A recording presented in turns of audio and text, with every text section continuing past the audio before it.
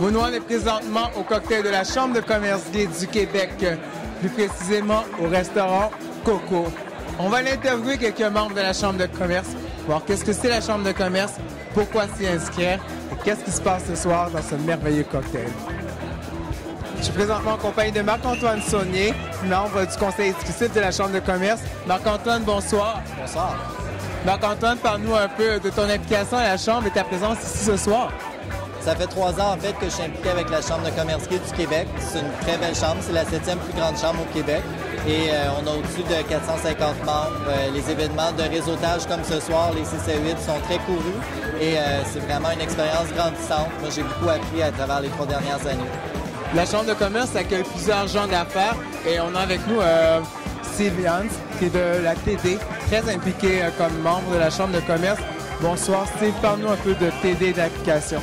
Bien, la Banque TD, ça fait 5 ans qu'on participe beaucoup avec les différents gens de la communauté. On a pris la relève un peu sur la diversité, surtout sur la communauté gay et lesbienne.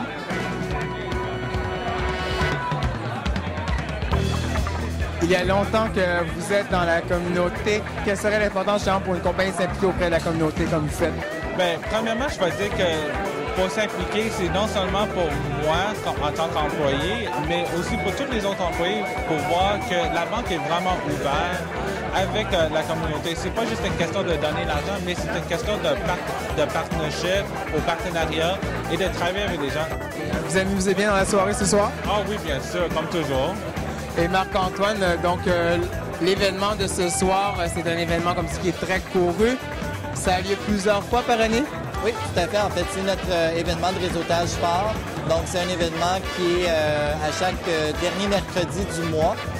Ça arrive mensuellement. Et c'est l'événement où tous les membres de la Chambre sont invités. Même les gens qui sont en devenir de membres sont définitivement invités.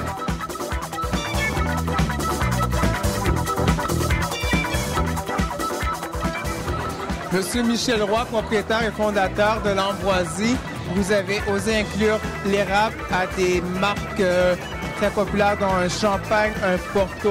C'est un défi audacieux. Oui, c'est très audacieux de créer des boissons entièrement uniques à partir de l'érable. Donc, de redonner les lettres de noblesse à un produit, un des plus vieux produits ici au Québec. Alors, est-ce que vous avez eu la chance de goûter aux 2 produits, monsieur? J'ai goûté seulement au type champagne, que j'ai adoré, même si je suis pas un fan de champagne. Mais une chose est sûre, c'est que je vais aller m'approvisionner en genre de petit porto à l'érable pour cuisiner, parce que ça doit être un délice. On peut faire des desserts. On peut accompagner aussi les fromages. Il y a beaucoup de fromages dans la région qui s'accompagnent très bien avec les produits aussi. Est-ce que vous pouvez nous parler un peu de la technique de fabrication? Le seul secret, c'est le vieillissement.